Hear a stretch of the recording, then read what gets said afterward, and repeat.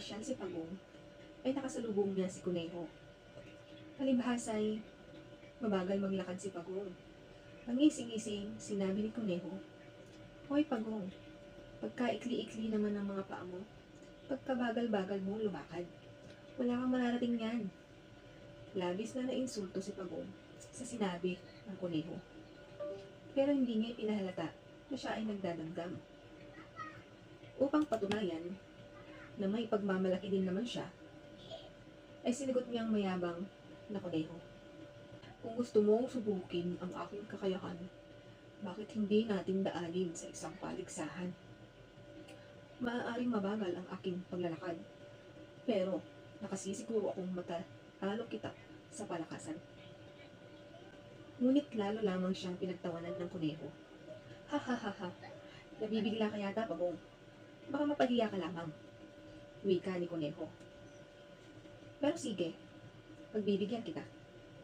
Anong paligsahan ba ang nais mo?" wika ni Kuneho. "Para magkasubukan tayo, bukas pagsikat ng araw.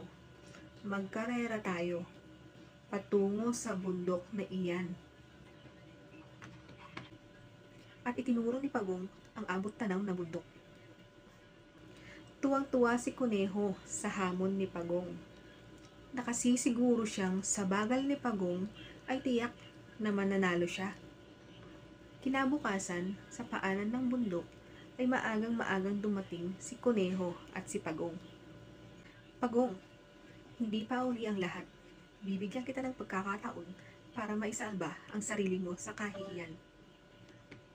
Ang pagmamalaki ni Kuneho. "Ito lang ang masasabi ko. Maaaring mabilis ka, ngunit malakas naman ang aking resistensya." "O siya, sige. Umpisahan na natin to. Ikaw na ang magbilang bilang hudyat ng ating pagsisimula. Baka sakali na kahit na konti ay magkaroon ka ng tsansa na manalo." "Ha ha ha ha. Isa, dalawa, tatlo, takbo." Magkasabay nang humakbang ang dalawa. Mabilis na nagpalundag-lundag si Kuneho. Halos ilang minuto pa lamang ay nandoon na siya sa paanan ng bundok. Habang patuloy naman sa kanyang patuloy na paglalakad si Pagong. Samantala, si Kuneho ay halos mainip na sa pag-aantay na makita si Pagong sa likuran. Ilang ulit na ba siyang nagpahinto-hinto, ngunit wala ni anino ni Pagong. Kaya pinasya niya na magpahinga muna nang makarating siya sa kalagitnaan ng bundok. Buti pa mamahinga muna ako. Malayo pa naman si Pagong. Isa pa, pagod na rin naman na ako. Wala akong dapat ikabahala dahil napakalayo ng agwat naming dalawa." Naupo si Kuneho sa ilalim ng puno. At dahil sa kapaguran, hindi niya namalayan na siya ay nakaiglip.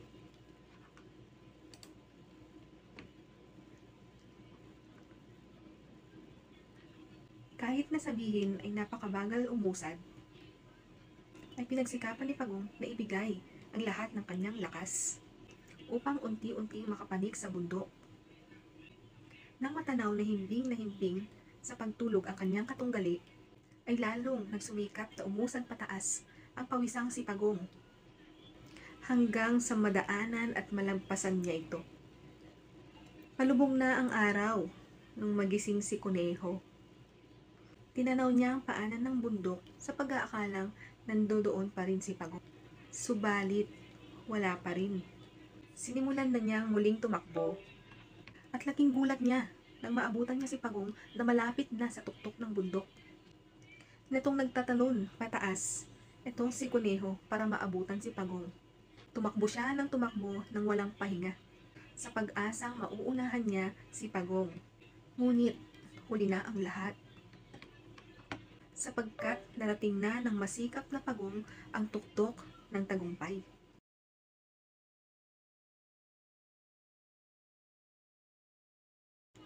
Tuwang-tuwa si Bagong dahil hindi siya makapaniwala na siya ang nagtagumpay.